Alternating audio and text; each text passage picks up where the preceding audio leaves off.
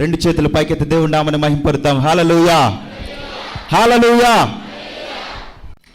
హెబ్రీయులకు రాసిన పత్రిక 13వ అధ్యాయం 15వ వచనంలోనికి వెళ్ళిపోదాం. కాబట్టి ఆయన ద్వారా మనము దేవునికి ఎల్లప్పుడూ స్తుతి యాగము చేయుదము, అనగా ఆయన నామమును ఒప్పుకొనుచు జిహ్వా ఫలమును అర్పించుదము. ఇక్కడ మనము చూస్తే గత వారముల నుంచి ఫలించుటను గురించి మనం నేర్చుకుంటూ వచ్చాం. ఫలించుటను గురించి నేర్చుకుంటూ వస్తూ పోయిన వారం ఏం చెప్పుకున్నామంటే మారు మనస్సుకు తగిన ఫలము. ఇప్పుడు రెండవదిగా ఏమి ఫలించాలి అని మనం నేర్చుకుంటున్నామంటే హెబ్రీయులకు రాసిన పత్రిక 13వ అధ్యాయం 15వ వచనం ప్రకారం జిహ్వా ఫలం. ఏంటిది ఫలం? అక్కడ మనం క్లియర్గా చదివితే జిహ్వా ఫలం అంటే ఏంటంటే స్తుతి యాగము చేయుట, ఆయన నామమును ఒప్పుకుంటూ స్తుతి యాగం చేయుట. స్తుతి స్తుతి స్తుతి స్తుతి స్తోత్రం స్తోత్రం ఒక 100 సార్లు చెప్పుకున్నాం. అది ఏమైంది? స్తుతులు మాత్రమే చెప్తూ, స్తోత్రం మాత్రమే చెప్తూ, హల్లెలూయా మాత్రమే, ఇవి మాత్రమే చెప్పుకుంటూ పోతే అది జిహ్వా ఫలం అయిద్దా? అంటే జిహ్వా ఫలం అంటే ఏంటంటే అక్కడే రాయబడి ఉంటుంది, ఆయన నామమును ఒప్పుకుంటూ స్తుతించడం. దేవుని నామమును ఒప్పుకుంటూ స్తుతించడం. దేవుని నామాన్ని ఒప్పుకోవాలంటే దేవునికి ఎన్ని నామాలు ఉన్నాయి? నామం అంటే పేరు, నామం అంటే ఇవి కాదు, పేర్లు. దేవునికి ఎన్ని నామాలు ఉన్నాయి? 100 నామాలు ఉన్నాయి. వాటిని మనం రోజు ఎలా మహింపరుస్తాం దేవుణ్ణి? హీబ్రూ భాషలో నుంచి మనం రోజు మనం వాడుకలో పెడుతూ మనం దేవుణ్ణి ఆరాధించే కొన్ని పదాలను మనం చూస్తే, ఇప్పుడు మనం పాడాం కదా పాట, అంతటా నివసించు యెహోవా ఎలోహిం ఆరాధనా నీకే పాడాం కదా. అంటే దీంట్లో మనం చూస్తే ఎలోహిం అనే మాటను ఇక్కడ చూసాం. ఎలోహిం అనే మాట తెలుగులో ఉన్నది కాదు. ఎలోహిం అనేది హీబ్రూ భాషలోనిది. ఇది దేవునికి సంబంధించిన ఒక పేరు. దేవునికి ఉన్న నామాలలో ఇది ఒక నామం. దీని గురించి మనం ఎలా తెలుసుకోవాలి అంటే దీని గురించే ఆదికాండం 1వ అధ్యాయం 1వ వచనములో ఆదియందు దేవుడు అంటూ బైబిల్ స్టార్ట్ అయితే, బైబిల్ ప్రారంభించబడుతుంది ఆదియందు దేవుడు అంటూ. కానీ అక్కడ దేవుడు అనే పదం తెలుగులో చూస్తున్నాం కదా, ఇంగ్లీష్ బైబిల్లో కూడా దేవుడు అనే పదం కనిపిస్తుంది. కానీ హీబ్రూలోనికి వెళ్ళిపోతే అక్కడ దేవుడు అన్న పదము కాదు, అక్కడ ఎలోహిం అన్న పదం ఉంటుంది. హీబ్రూలోకి వెళ్ళిపోతే ఎలోహిం అన్న పదం ఉంటుంది. ఎందుకని ఈ విధంగా రాశారు? ఎలోహిం అంటే సృష్టికర్త అయిన దేవుడు, సృష్టికర్త అయిన దేవుడు మరియు త్రియేక దేవుడు. రెండింటిని కలిపితే సృష్టికర్త అయిన త్రియేక దేవుడు. అంటే ఇక్కడ ఎలాగైతే దేవుడు ఎలోహిం అని తన్ను తాను బయలుపరుచుకున్నాడో అదే విధంగా బైబిల్లో అనేక చోట్ల ఆయా సమయాలలో ఆయా పరిస్థితుల్లో దేవుడు తన్ను తాను డిఫరెంట్గా బయలుపరుచుకున్నాడు. ఇప్పుడు హాగర్ ఏడుస్తుంది, ఎవరు లేరు, నేను అసలు అరణ్యంలో ఉన్న, బాబుకు నీళ్లు దప్పికైతున్నాయి, ఏం చేయాలి అని ఏడుస్తుంటే దేవుడు ఏం మాట్లాడాలి? ఇప్పుడు హాగరు నువ్వేం భయపడ మాకు, నేను ఎల్రోహిని. ఎల్రోహి అంటే చూచుచున్న దేవుడు.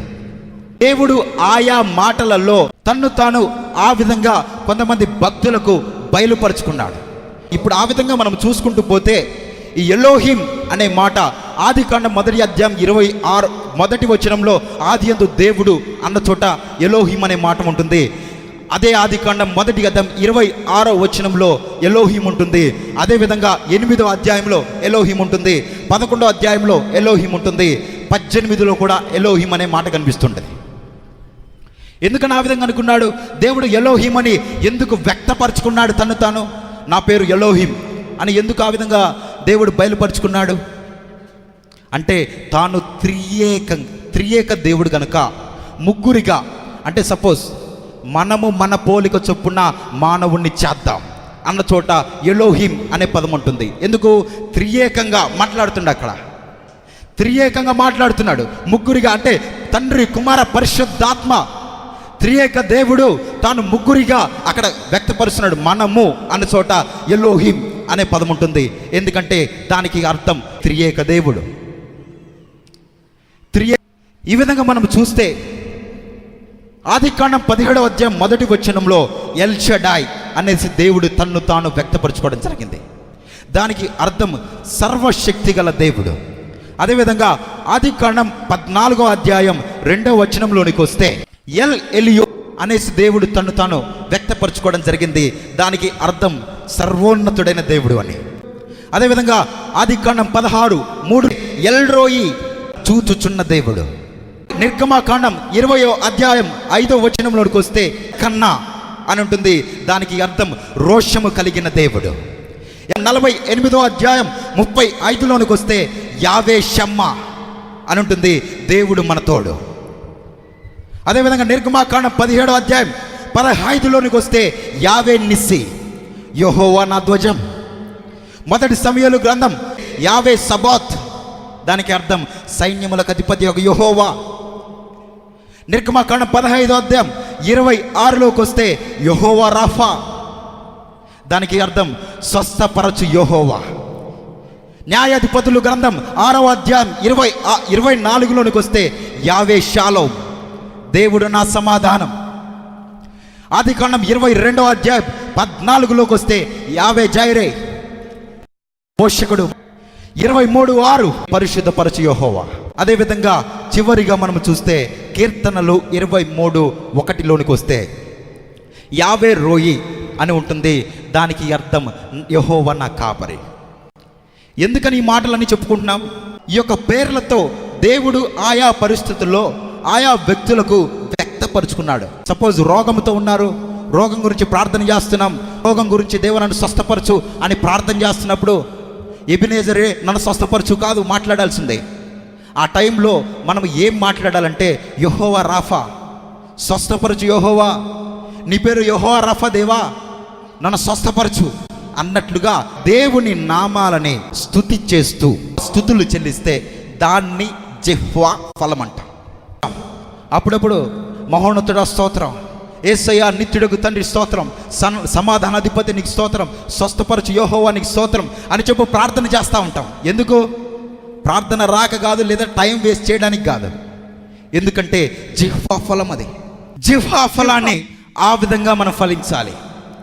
జిహ్వా ఫలం అంటే ఆయన నామాలను ఒప్పుకుంటూ ప్రార్థన చేయాలి, ఆయన నామాలను స్తుతిస్తూ ప్రార్థన చేయాలి.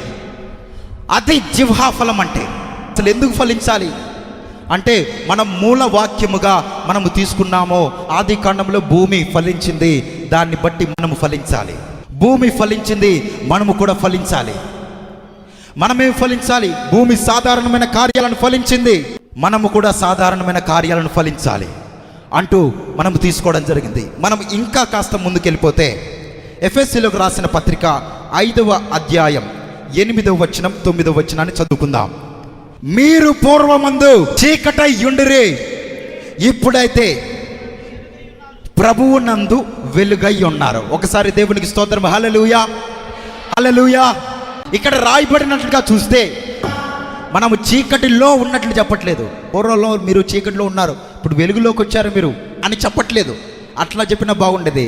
కానీ ఇక్కడ చెప్తుంది ఏంటంటే పూర్వమందు మీరే చీకటి, మీరే చీకటి, పాపేచ్ఛలకు పాప సంబంధమైన వాటిని జరిగించు ఒక కేంద్రముగా మన జీవితం ఉంది. పూర్వంలో అంధకార సంబంధమైన కార్యాలను జరిగించు ఒక కేంద్రంగా ఉంది మన జీవితం. కానీ ఎప్పుడైతే వెలుగైనటువంటి యేసయ్య మనలో ఉదయించాడో మనము వెలుగుగా మార్చబడ్డాము. దేవునికి స్తోత్రం, హల్లెలూయా. నమ్మిన వారు చప్పట్లు కొడదాం. వెలుగైన యేసయ్య మనలో జీవిస్తున్నాడు, మనలో ఉదయించాడు. మనము వెలుగు, వెలుగులోనికి వచ్చాము కాదు, మనమే వెలుగు, మనమే వెలుగు. మరి మనము వెలుగైనట్లు మనకు రుజువేంటి? యాపిల్ పండు ఉంది, యాపిల్ చెట్టుకి యాపిల్ కాయలు కాస్తాయి. బాదం చెట్టు ఉందిడా, బాదం చెట్టుకి బాదం కాయలు కాస్తాయి. జామకాయ చెట్టుకి జామకాయలు కాస్తాయి. ఇప్పుడు మనమే వెలుగైతే మనం ఏం ఫలించాలి? ఎలాంటి కాయలు మనం ఫలించాలి? అక్కడే కింద రాసి ఉంటాడు, చదవండి 9వ వచనం. వెలుగు ఫలము సమస్త విధములైన మంచితనము. వెలుగుకు కూడా ఒక ఫలం ఉంది, దాన్ని ఫలించాలి. ఏంటి ఆ ఫలం? సమస్త విధములైన మంచితనం. కొంతమంది ఉంటారు బయట చాలా దీనంగా ఉంటారు, సాత్వికులు. రోడ్డు మీద పోతా ఉంటే చిన్న పిల్లోడు చూసి ఫెట్టిమని ఒకటి వేసినా కానీ ఏడ్చుకుంటూ ఇంటికి వెళ్ళిపోతాడేమో అన్నట్లుగా సాత్వికాన్ని మెయింటైన్ చేస్తారు కొంతమంది. ఇంటికి వెళ్తే ఇంట్లో వాళ్ళ మీద సింహాలైపోతాడు. ఇప్పుడు మనం వెలుగైతే వెలుగు ఫలం ఏంటి? సమస్త విధములైన మంచితనం. ఒక చోట మంచిగా ఉండి ఇంకో చోట మంచిగా తప్పిన కాదు. భర్త భార్య దగ్గర మంచితనం, అదేవిధంగా బయట కూడా మంచితనంగా ఉండాలి. ఆమె కూడా తన భర్త దగ్గర మంచితనంని, బయట కూడా మంచితనం ఉండాలి. పిల్లల దగ్గర మంచితనం, ఏ కోణంలో చూసినా కానీ మన జీవితంలో మంచితనంగా ఉండాలి. వెలుగు ఫలం సమస్త విధములైన మంచితనం. ఇది వెలుగు ఫలం. ఈ వెలుగు ఫలం గురించి మత్తయి సువార్త 7వ అధ్యాయం 17వ వచనం ప్రకారం మనం చూస్తే అక్కడ రాయబడి ఉంటుంది, ప్రతి చెట్టు మంచి ఫలాలు కాస్తాయి, పనికి మాలిన చెట్టు పనికి మాలిన ఫలాలు కాస్తాయి. ఈరోజు నీ వెలుగైతే వెలుగు ఫలం ఉండాలి. అది మంచితనం, సమస్త విధములైన మంచితనం. సమస్త విధములైన మంచితనము కాదనుకో, నువ్వు వెలుగు కాదు. మంచి చెట్టు అయితే మంచి ఫలాలు కాస్తుంది, చెడ్డ చెట్టు అయితే చెడ్డ ఫలాలు కాస్తుంది. యెషయా గ్రంథం 5వ అధ్యాయం 1-2 వచనంలో ఒక ఆయన ఒక సత్తువ గల భూమి మీద ద్రాక్ష తోటేసాడు. ద్రాక్ష తోటేసి వాటికి రాళ్ళు తీశాడు, ముళ్ళు తీశాడు. వాటికి అననుకూల పరిస్థితులు అయినప్పటికీ ఫెసిలిటీ మొత్తం బాగా ఏర్పాటు చేశాడు. అన్నీ బాగా ఏర్పాటు చేసి ఎదురు చూస్తున్నాడు. మంచి ఫలం కాసిద్ది, కాస్తే తినేసేద్దాం అన్నట్టుగా. మంచి ఫలం కాసిద్ది, మంచి ఫలం కాసిద్ది అనేసి ఎదురు చూస్తున్నాడు. ఎందుకంటే తాను పడ్డ కష్టం అనేది సామాన్యంగా లేదు. అక్కడ ఎలాగైతే రాళ్ళను తీసి కంచె చేసి ఒక తోటమాలిని ఆ విధంగా చేసి, అలాగనే దేవాతి దేవుడు కూడా ఒక సత్తువ గల భూమిలో, అనగా ఆత్మ అనుభవం కలిగినటువంటి సంఘములో, తన చేత నడిపించబడుచున్నటువంటి సంఘములో మనల్ని ఉంచాడు. రాళ్ళను తీశాడు, ముళ్ళను తీశాడు. అంత ఫెసిలిటీని మనకు అనుగ్రహించి దేవుడు ఎదురు చూస్తున్నాడు. నా పిల్లలు ఫలిస్తారు, నేనైతే కష్టం చేశానో ఫలిస్తారనేసి దేవుడైతే ఎదురు చూస్తున్నాడు. ఆశ ప్రకారం చేయకుండా కారు ద్రాక్ష ఫలించాలనుకో, క్షమాపణ ఉండదు. బైబిల్ చెప్తుంది, మంచి ఫలములు ఫలించని ప్రతి చెట్టు నరకబడి అది అగ్నిలో పడవేయబడును. డాక్టర్ దగ్గరికి వెళ్తాం, డాక్టర్ గారు నాకు ఇంజెక్షన్ వద్దు, నాకు టానిక్ అంట. ఎందుకు?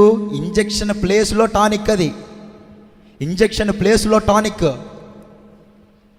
అంటే ఏం చేస్తాడు? సర్లే ఉందిలేపో అన్నట్టుగా ఇచ్చి పంపించవచ్చు. కానీ దేవుడి దగ్గరికి వెళ్ళి, దేవా నేను ఫలించడం మాత్రం వద్దు, ఫలించడానికి బదులు ఏదైనా ఇవ్వా అంటే దేవుడు ఏం చెప్తాడంటే, ఫలించవా, నరకబడు, అగ్నిలో పడవేయబడు. వేరొక ఆప్షన్ లేదు. ఫలించాలంటే కుదరదు. అలాగూ ఫలించకుండా దేవునికి చెప్పడానికి దేవుడు ఇంకో ఛాన్స్ కూడా మనకి ఇవ్వలేదు. ఏమని? దేవా ఏం ఫలిస్తా, నాకు పోషణ లేదు, నాకు అసలు పోషణ లేదు, మమ్మల్ని పట్టించుకునే వాళ్ళు లేరు, సరైన ఉపదేశం చెప్పేవాళ్ళు లేరు, మా కోసం ప్రార్థన చేసేవాళ్ళు లేరు అని చెప్పేంత ఛాన్స్ కూడా దేవుడు మనకి ఇవ్వలేదు. ఎందుకని? అక్కడ ఆయన అంటాడు, నాయనా నేను అంతా చేశాను, రాళ్ళను తీశాను, ముళ్ళను తీశాను, ఒక అద్భుతమైన తోటమాలిని పెట్టాను. ఇంత చేసినా కానీ ఫలించకపోతే ఏమైనా క్షమాపణ ఉండిద్దా? దేవుడైతే ఫలభరితమైన జీవితాన్ని మన దగ్గర కోరుచున్నాడు. ఫలభరితమైన జీవితాన్ని కోరుతున్నాడు కనుక మనకు అన్నీ అనుగ్రహించాడు. ఒక సత్వ గల భూమిని అనుగ్రహించాడు. సత్వ గల భూమిలో మనల్ని నాటాడు. అంత మాత్రమే కాదు, ఒక అద్భుతమైన అభిషేకము కలిగినటువంటి ఉపదేశాలను సేవకులకు ఇస్తున్నాడు. ఇంత ఇచ్చినా కానీ మనం ఫలించకపోతే మనకు ఎటువంటి క్షమాపణ ఉండదు. ఇప్పుడు మనం అంజూరపు చెట్టు బయట ఉంది, బయట ఉంటే దేవుడు ఏం చేశాడు? దూరం నుండి అంజూరపు చెట్టును చూశాడు, దగ్గరికి వెళ్ళాడు, దాని కాయలు లేకపోయేసరికి దాన్ని అన్ని శపించేశాడు. కానీ మనమైతే బయట లేము, సంఘము లోపల ఉన్నాము. ఫలించకపోతే దేవుడు నరికేయాలని దేవుడు వచ్చేస్తుంటే తోటమాలి మాత్రం అడ్డుపడుతున్నాడు. తోటమాలి గడువు పొందుతున్నాడు. ఈరోజు మనం తిరుగుతున్నా కానీ, ఎంత ఫలించకపోయినా కానీ, మనం ఈరోజు ఉన్నామంటే ఏంటిది పరిస్థితి? కారణం ఏంటంటే ఒక రోషము కలిగిన దైవ సేవకులు, వైరాగ్యము కలిగినటువంటి దైవ సేవకులు నీ కొరకు చేస్తున్న ప్రార్థన మాత్రమే. దేవునికి స్తోత్రం చెప్దాం. హల్లెలూయా. తోటమాలి కలిగినటువంటి సంఘములో ఉన్నాము, సత్తువ కలిగిన సంఘములో ఉన్నాము. అయినా కానీ ఫలించకపోయినా కానీ దేవుడు మనకు ఛాన్స్ ఇస్తుంది. ఎందుకంటే సేవకుని ప్రార్థనను బట్టే దేవుడు మాత్రం ఫలించాలని కోరుతున్నాడు. మనం మాత్రం ఫలించకుండా దేవుడు ఎన్నిసార్లు నిరాశపరచలేదా? ఈరోజు కాకపోతే రేపైనా కనీసం ప్రార్థన చేస్తాడులే, ఈరోజు కాకపోతే రేపైనా కనీసం మారతాడులే అనేసి దేవుడు మాత్రం మనకు ఛాన్సుల మీద ఛాన్స్ ఇస్తూ ఉంటే మనం మాత్రం ఫలించకుండా మనము కేవలం ఎంతసేపు ఆ యొక్క కృపను అనుభవించే వారికి మాత్రమే ఉన్నాం. ఇలా మనం ఇంకా ముందుకు పోతే గలతీయులకు రాసిన పత్రిక 5వ అధ్యాయం 22వ వచనం, అయితే ఆత్మఫలములేమనగా, ఏమన్నాడు? అయితే ఆత్మఫలములేమనగా అన్నాడా? 9 చెప్పాడు. ప్రేమ, సంతోషం, సమాధానం, దీర్ఘశాంతం, దయాళుత్వం, మంచితనం, విశ్వాసం, సాత్వికం, ఆశానిగ్రహం. 9 చెప్పాడు. 9 చెప్పి ఆత్మఫలములు అనట్లేదు, కానీ ఆత్మఫలము అంటున్నాడు. 9 చెప్తున్నాడు, ఒకటే ఫలం అంటున్నాడు. అంటే దీన్ని చూస్తే ఇది కమలకాయలో చాలా దెబ్బలు ఉంటాయి కదా, అలాంటి ఫ్రూట్ అన్నమాట ఇది. ఆత్మఫలము అంటున్నాడు, ఆత్మఫలములు అనట్లేదు, ఆత్మఫలము అంటున్నాడు. ఈ ఆత్మఫలములలో ఏంటిది? మొదటిది 9 చెప్పాడు. ఈ 9లో ఏది లేకపోయినా కానీ అది ఆత్మఫలము కాదు, ఒకటే ఫలం అన్నాడు. ఆ ఫలం ఏంటంటే ఆత్మఫలము. దానిలో 9 దెబ్బలు ఉన్నాయి, 9 తొనలు ఉన్నాయి. వాటిలో మనము ఒక్కొక్కటిగా మనం చూస్తే, మొదటిది అయితే ఆత్మఫలములేమనగా, మొదటిది ప్రేమ. దావీదు కుమారుడైన అబ్షాలోము చనిపోతే దావీదు అంటాడు, అబ్షాలోమా నా కుమారుడా, నీకు బదులు నేను చచ్చిపోయిన ఎంత బాగుండరా. అంటే దావీదు తన కుమారుడి మీద తనకు ఉన్నటువంటి ప్రేమను వ్యక్తపరుచుకుంటున్నాడు. ఇలా మనం ఇంకా ముందుకు పోతే యోనాతాన్ అంటాడు దావీదుతో, దావీదా నా ప్రాణము నీ ప్రాణముతో పెనవ వేసుకుంది అంటున్న వ్యక్తి ఏమో రాజకుమారుడు, ఈ దావీదేమో ఎన్నో గొర్రెలు కాసుకుంటూ పైకి వస్తున్నాడు. అంటున్నోడేమో రాజకుమారుడు యోనాతాను. ఆయన అంటున్నాడు ఈ దావీదుతో, నా ప్రాణము నీ ప్రాణంతో పెన వేసుకుంది అనే మాట అయితే అంటున్నాడు, కానీ దావీదుతో ఎప్పుడు లేడు. అంటే దావీదుతో ఏమో నిబంధన చేస్తున్నాడు, సౌలుతోనేమో సహవాసం చేస్తున్నాడు. దావీదుతోనేమో నిబంధన చేస్తున్నాడు. దావీదంటే చాలా ప్రేమ యోనాతానికి. అలా అని చెప్పి వాళ్ళ నాన్న దగ్గర ఉన్నటువంటి ఆ లగ్జరియస్ లైఫ్ని, ఆ ప్యాలెస్ని, ఆ రాజభవనాన్ని, రాజరికాన్ని వదిలిపెట్టుకొని వచ్చి కష్టమైన నిష్ఠురమైన దావీదుతోనే నా జీవితం అని గడిపేద్దామనేసి అన్నంత ప్రేమ లేదు. చాలా చర్చెస్లో కూడా ఇలాంటి వెరైటీ భక్తులు ఉంటారు. ఎట్లా అంటే నిబంధన ఏమో ఒకటితో ఉంటుంది, సహవాసమేమో ఇంకొకటితో ఉంటుంది. నిబంధన ఏమో ఒకటితో ఉంటుంది, సహవాసం ఇంకొకటితో ఉంటుంది. ఇలా ఉండడం వల్ల ఏం జరిగిందో తెలుసా? యోనాతానికి అక్కడ రాయబడినట్లుగా మనం చూస్తే, సౌలు కుమారులందరూ ఒక్క దినమే చచ్చిరి అని రాశాడు. ప్రత్యేకంగా యోనాతాను చూపిస్తున్నాడు, యోనాతానుతో సహా.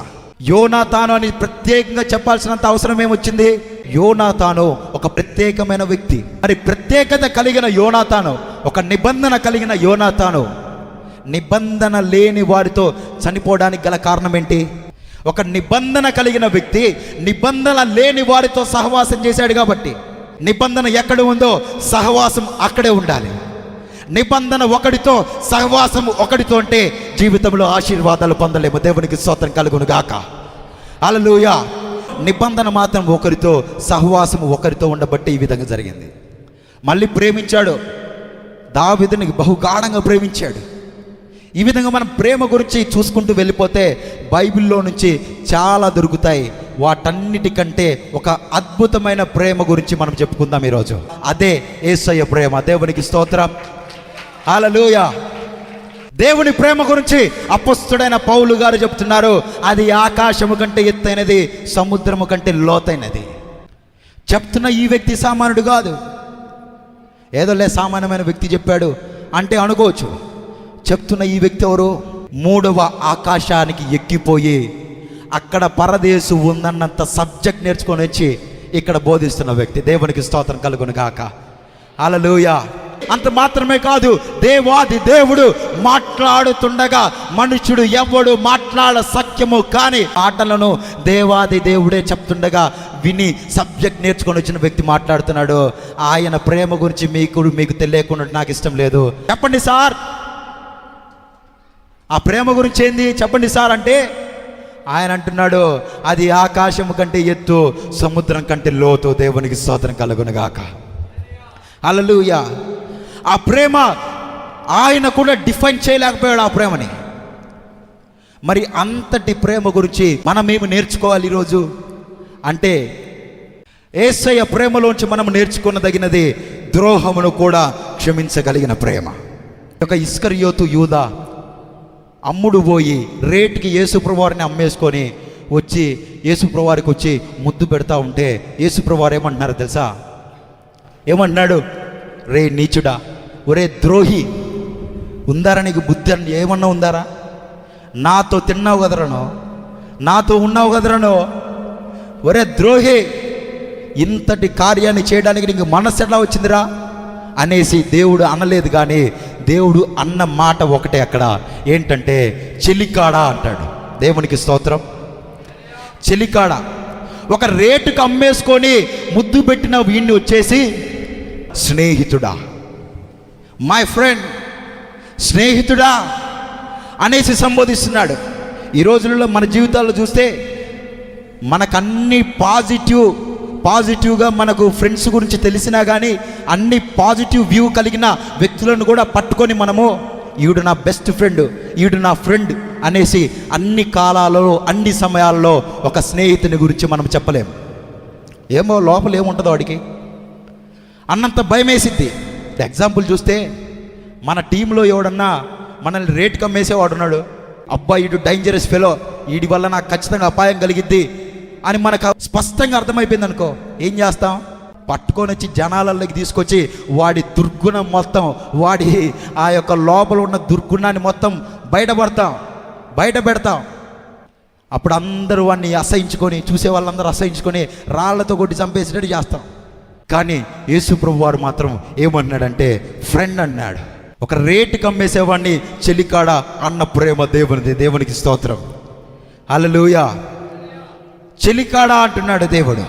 ఈ విధంగా మనం చూస్తే దేవుని ప్రేమ గురించి చూస్తే ఎన్నో కార్యాలు దొరుకుతాయి. అందుకనే కొరింథీయులకు రాసిన మొదటి పత్రిక 13లో చెప్తూ అంటాడు, ప్రేమ సహించును, ప్రేమ ఉప్పొంగదు, ప్రేమ అన్నిటినీ తాళును అని చెప్తూ దాంట్లో 7వ వచనంలో ప్రేమ గురించి ఒకటి అంటాడు. ఏమనంటాడంటే ప్రేమ అన్నిటికీ తాళుకొనును. ప్రేమ అన్నిటికీ తాళుకొనును. అన్నిటికీ అన్న ప్లేస్లో ద్రోహమును తాళుకొనును అని మనం చెప్తామా? ప్రేమ ద్రోహమును తాళుకొనును అన్న మాటను ఎవరు చెప్పలేరు. ఇప్పుడు పక్కనే ఉన్నాడు, వెన్నుపోటు పొడిచాడు, అబ్బా వీడు ఇంత వేస్ట్ ఫెలోనా, ఇంత స్వభావం కలిగిన వాడా అని మనకు వాడి గురించి తెలిసే లోపే గుండె పగిలిపోయినట్టుండిద్ది మనసు. కానీ యేసయ్య మాత్రం ఇక్కడ మాత్రం ప్రేమ అన్నిటికీ తాళుకొనును అనే ప్లేస్లో ద్రోహమును కూడా తాళుకొన తగిన ప్రేమను దేవుడు మనకు వ్యక్తపరుస్తున్నాడు. దేవునికి స్తోత్రం. హల్లెలూయా. ద్రోహమును కూడా సహించగల ప్రేమ దేవునిది. అలాంటి ప్రేమను మన జీవితంలో మనం అప్లై చేసుకొనడానికి ప్రయత్నిద్దాం. దేవుడు ఈ మాటలు దీవించునుగాక. ఆమేన్.